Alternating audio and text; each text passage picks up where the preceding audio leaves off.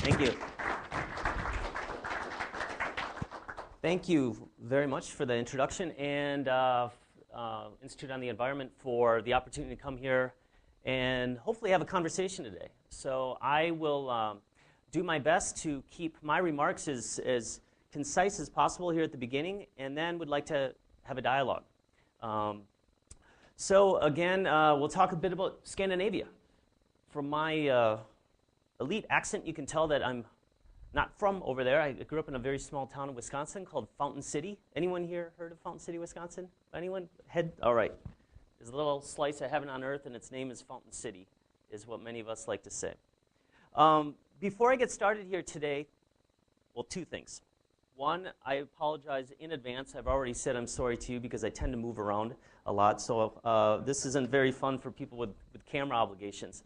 But I do like to try to keep it as a conversation style. The second thing is I want to ask a show of hands here. Who would associate themselves as being within the business community or coming from the business community? Can I see a show of hands? All right, a couple people here. It's pretty much what I'd anticipate. So I'm hopeful I'm a business school professor, have a decade of experience with IBM and Boston Scientific and industry, and want to give a little bit of a flavor for a business perspective on corporate social responsibility and sustainability issues. And I think too often than not, within business schools and within the business community, I'd say that we're too often isolated from many of these other important discussions that are going on. And I think that the Institute on the Environment can serve as a very useful platform to help encourage these conversations. And again, I'm very appreciative that I have the opportunity to come here and engage with you in this. So,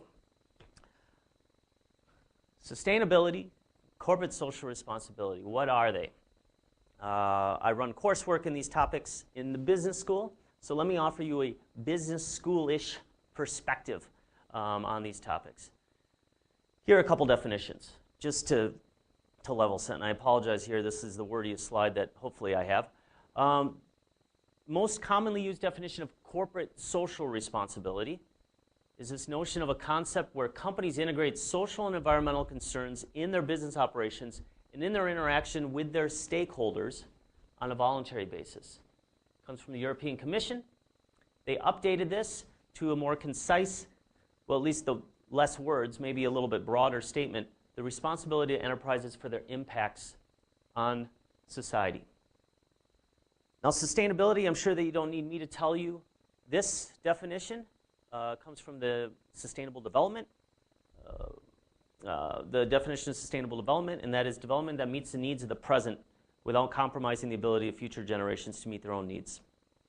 Within the business community, you may find a 50-50 split, where half of the people will say, I'll say CSR, or I'll say sustainability, or corporate sustainability, and I'll use them interchangeably. Half the time, people will say, no, CSR is, oftentimes in a US context, that's about philanthropy and social issues. Sustainability, that's about environmental issues. And neither of the two shall meet. I tend to take a little bit more of I tend to use them more as umbrella concepts and umbrella concepts to try to get us in the business community to engage with issues that maybe we wouldn't always have engaged with, i.e. outside the profit motive. Certainly connected to the profit motive, but not directly oftentimes. So this just to level set, a couple definitions. And by the way, last count, I think that there were about 1.5 million definitions of these things out there, or 1.8 or 10 billion or something. There's a million of them, billions of them. All right, so now, my friends from the business community don't need me to tell you this, but let's level check on strategic management. This is always the first class that MBA students will take, is a course on strategic management. So what is the objective of strategic management? This thing, achieve a competitive advantage. Just a show of hands, who here has heard of competitive advantage? Yes, of course. It's just completely burned in. We know this. And as an MBA student, as a business student, achieving a competitive advantage, that is the objective of strategic management. That's what you're there to do. All right? Now I'm going to ask a question. I'm actually going to I've been just throwing out questions here rhetorically, but who is this guy? Who? Anyone? Oh my goodness gracious. This is Milton Friedman. Yes, of course. Milton Friedman. Milton Friedman, of course, a Nobel Prize winner in economics, the late Milton Friedman. And Milton Friedman talked much about the business of business is business. People are and should be rational self-interest maximizers. Companies are and should be self-interest maximizers. So survival of the fittest. And Milton Friedman is in a school that we would say a neoclassical economist. Milton Friedman is the guy in the whole neoclassical economist. Basically, it won out. It won in management scholarship, and this is the basis of strategic management and the basis of our business school teaching is this gentleman, Milton Friedman. And these are his thoughts. So if you didn't know this last guy, I'm guessing that you're not going to know this guy because he didn't win the Nobel Prize in economics. Anybody venture a guess who this might be?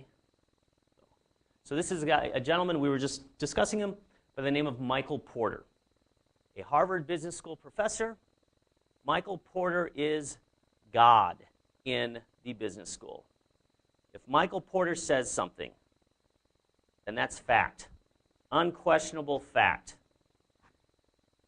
And Michael Porter, who also was an economist and drew heavily from Milton Friedman, came up with this thing, this book, Competitive Advantage, in 1980, and he came up with this thing that is burned in the brains of myself. I did my MBA, and every single student that comes from an MBA program in the US, and this is called Porter's 5 Forces.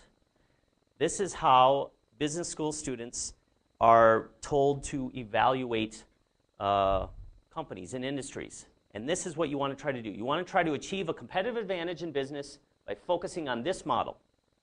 And what's so insightful about this model? Well, it says that a company is in competition with its competitors. It's in competition with the potential for new entrants to come in and supplant whatever product and service it has. It's in competition of other products and services that might be there. And check this out. It's in competition with its suppliers.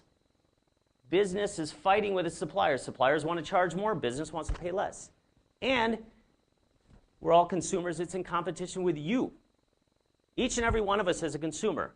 Because you want to pay less and businesses want to charge more. So this Porter's 5 Forces model. This is what we teach. This is a foundation, drawing from Milton Friedman, but the foundation of business school education in the US.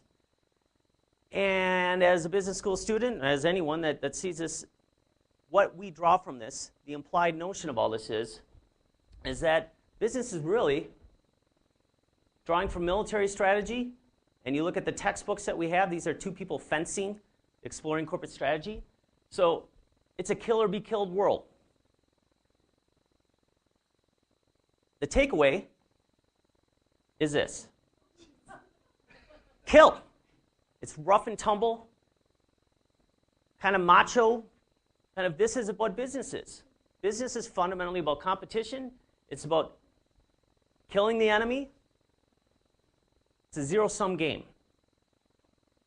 So if something's good for my competitor, it must be bad for me. If it's good for me, it must be bad for them. Well, this zero-sum game of self-interest, who here reads The Onion? Any show of hands? All right, good. I think The Onion is remarkably good, and I'd also argue like Jon Stewart and Colbert. You know, satire really does a wonderful job of shining the lens on different trends in society. So here's an Onion article. 20,000 sacrificed an annual blood offering to corporate America. All right, another Onion article. I like this one. BP pledges to continue being huge, profitable corporation on the heels of the obviously the oil spill in the Gulf of Mexico. And what is all this alluding to? Well, here I'm put up here a slide with this was a study by the Pew Research Institute in trust in institutions. And in fact, what they asked was, they've got 8 institutions here: small business, churches, Obama administration. This, by the way, was done just a couple of years ago. Hollywood, mainstream media, large corporations, Congress, and banks. And they asked people, large-scale study, asked people, Do you think these institutions are generally positive for society or negative?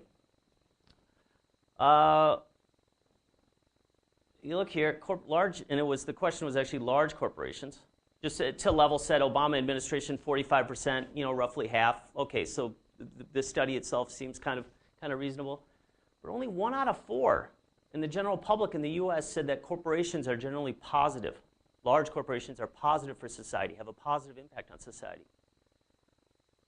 And it's no question, you look at what we're teaching business school students and what business leaders are essentially going out and doing is saying, well, I'm going to go and get mine.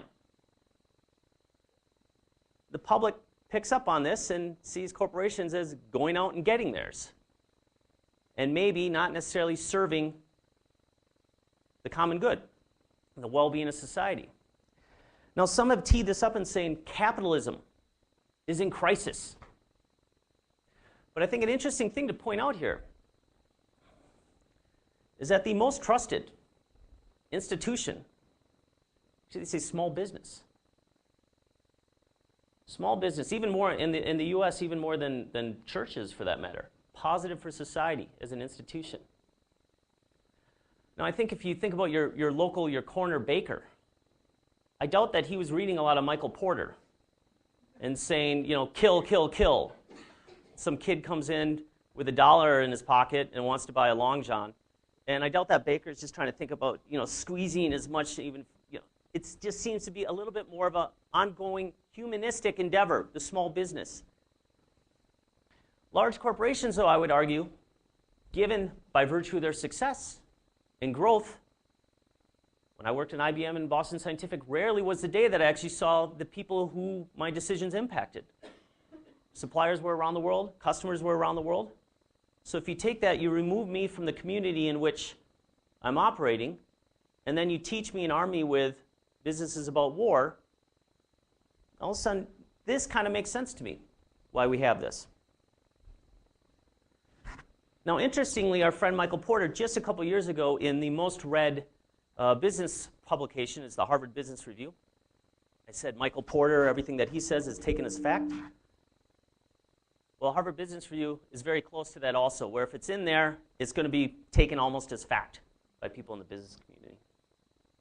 A very important article, very interesting article, as we were just discussing, Creating Shared Value is the title of it, in which Porter says the purpose of the corporation must be redefined as creating shared value, as in value for the company and society, not just profit per se. Even this terminology, shared value. A door is opened up here to have a different kind of conversation in the business community.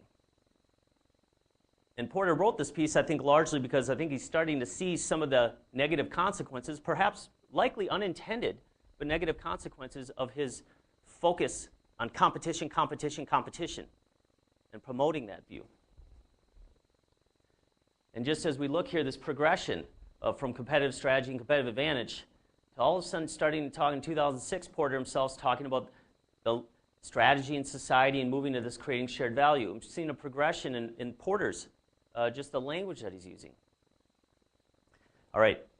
I presume Swedish readers? Yes? Yeah? All right. Well, if everyone raised their hand, then I'd stick on this slide. But I'll go up here to this next one here. So here we have, this is a Scandinavian approach. It's kind of tough to read here, so let me just kind of call it out. That 5 forces model that we talked about before, that we've taught in the U.S. business context for 3 decades now, of being everyone's in competition with one another, competitors, suppliers, consumers. Well, this has been the model that was the dominant in a Scandinavian context. A book written in the early 60s in Swedish and then translated in the late 60s called Industrial Democracy and Industrial Management by a Swedish scholar by the name of Erik Renman. Renman's book was a dominant management book across the Nordics into the 1980s. And this is what business school students were being taught in Scandinavia. And that was, you have the company here, and rather than having all these arrows of adversarial competition, talking about, here's suppliers in the company. And you see these overlapping ellipses to say they have a shared interest. So there's the suppliers. There are customers. And if we just do a comparison between the Scandinavian model that was being taught and the Porter's Five Forces model that was being taught, you see a fundamentally different approach and a fundamentally different narrative about business. Porter realm and the US realm, competition. In the Scandinavian realm, much more about cooperation. And I see a difference in language that's being used across Scandinavia. H&M talking about little things here, talking about it's engaging with our stakeholders, customers, communities, employees, suppliers, policymakers, NGOs, investors, and I'm going to come back to this one, industry peers, as opposed to competitors. This little shift in language, I think, is very indicative of a more cooperative approach. And when we look at some of the greatest challenges that we have, oftentimes we need so-called competitors to come together in pre-competitive spaces and say, what are we going to do about issues of climate change? What are we going to do about issues of child labor? To the degree that companies and the business people within them are using language like competitors, it prevents the opportunity for engagement in areas that aren't competitive. I would argue child labor, climate change aren't necessarily issues that are likely should be in competition, but should be things that we come together and discuss. And so that shift, that difference in language is something that I see that bears out here. Large extractive company in Norway, Norsk Hydro, talk about in their strategy, this notion how we cooperate. These sort of terms are things we haven't traditionally seen. I haven't traditionally seen in a US business context. Notions like this.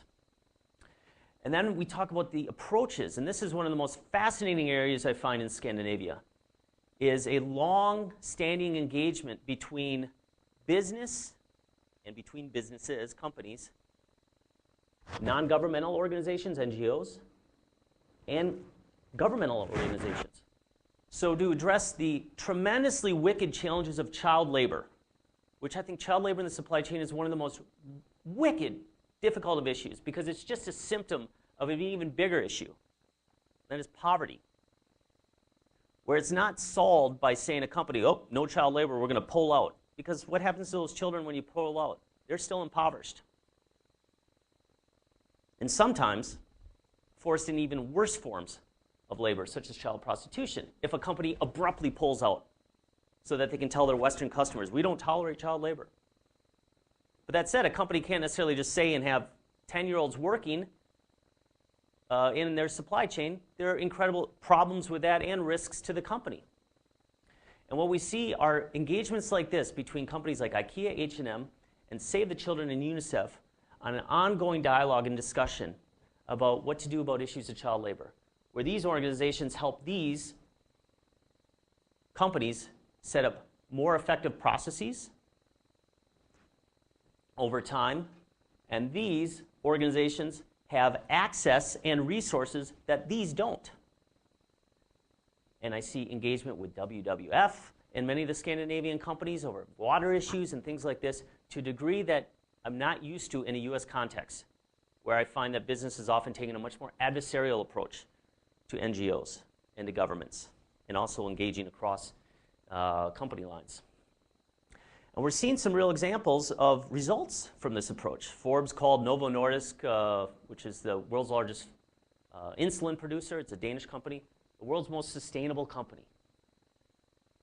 In studies that I've done, I've found that Scandinavian firms are 3 times more likely selected to the Dow Jones Sustainability Index, which is a measure of sustainability in companies. Another measure is called the Global 100. Scandinavian firms 19 times more likely than US firms selected to the Global 100. So I think we see some evidence of performance and increased interest. Here's a Economist article from, I think, February 2013, Why the World Should Look at Nordic Countries. They talk about the Nordics dominating indices of competitiveness as well as well-being. They're balancing strong environmental, social, and economic performances. And it's done through a marriage of good governance, good government, business engaged with these social issues, engaged with civil society, NGOs. And so here's my takeaway on this. And hopefully this is a takeaway to tee up where we can then have a discussion about this. Why does it, so what? In the words of Miles Davis, why does any of this matter? Cooperation, I would argue cooperation between companies and their stakeholders is increasingly necessary for the social and environmental sustainability of the world. Sustainability challenges that we all face are simply too big and too urgent for any single actor to effectively address alone. I would argue we need to shift focus from this competitive advantage, achieving competitive advantage, the recognition that sustainability challenges actually represent opportunities for business also. So let's focus on how do companies try to encourage business students to say, how do you achieve a cooperative advantage? This can help to change the conversation and the mindset. And finally, from my experiences, I would see inspiration for effective cooperation, maybe prosperously drawn from Scandinavia, a couple of the companies I've shared with you before. And I run, as was mentioned in the introduction, I run coursework through a few universities, including the University of Minnesota, Carlson School of Management. I take MBA students to Scandinavia every year and have been doing for the last 7 years as part of a program. And a lot of these students are part-time MBAs who work with companies in the Twin Cities area like Target, Best Buy, General Mills, and the like. And it's very interesting to see a different perspective that those students have when they come back because they see effective cooperation as being the underpinnings of business, as opposed to this notion that business is fundamentally about war, about competition.